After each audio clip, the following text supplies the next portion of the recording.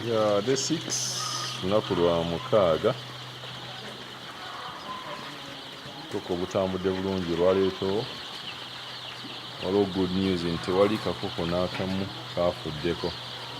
Yesterday twabadde ne 3 cases nga bufudde, naye today kikyatambula bulungi nga obukoko bwonna bukyaliwo.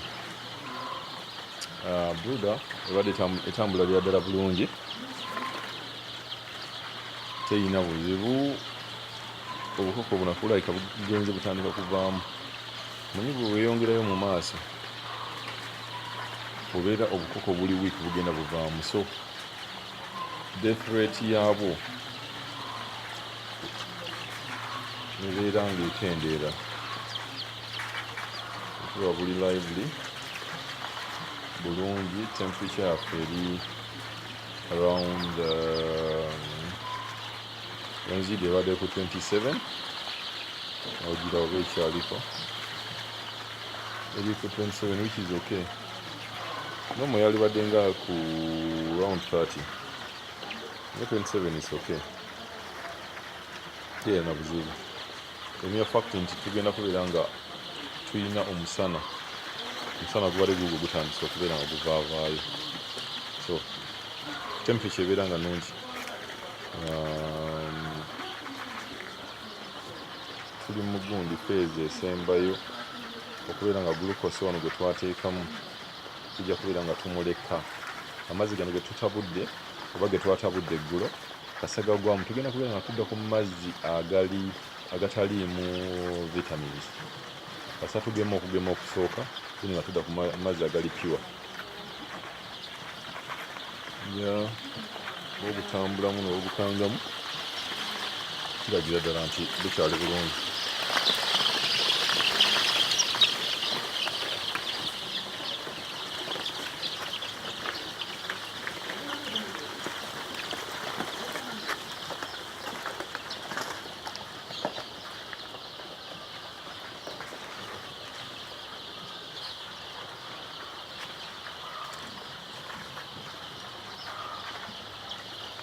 Nakamere kapirate nabagambye keekano enkoko eba erya buweke, buwekeweke, naye nga n'emmere busuula mmere nnyingi nnyo mu buwuka buno. Kuba bw'oba olaba kati nga wano wansi wonna wajjuddewo mmere, so emmere eba egenda nnyo gy'obukuta kati nga wano wonna wajjuddewo bumere, so emmere eba egenda nnyo ate ngeri very expensive. Akasawo kamu twakaguza emitwalo 10,15 akasawo.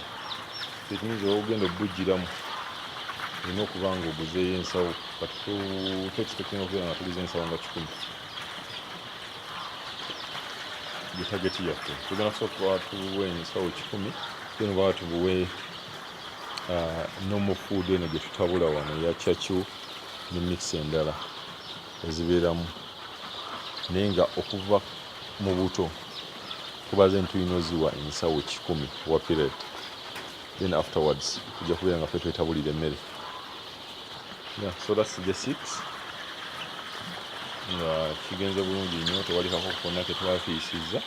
Yesterday twafiisiza enkoko 3, naye katulabe kirabika obunaku butandise okubeera nga bukola ki, nga buvaavaamu. Sick bay yaffe naye mugiraba, mulimu kakati obukoko butono mu sick bay, so tulaba nga katambula bulungi, tubulekamu era tubugjamu.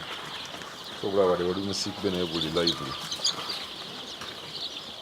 which is good and okay. That's it. Katulinde day 7 yaffe tulabe bw'eneegenda, but so far so good. Nkiri bulungi.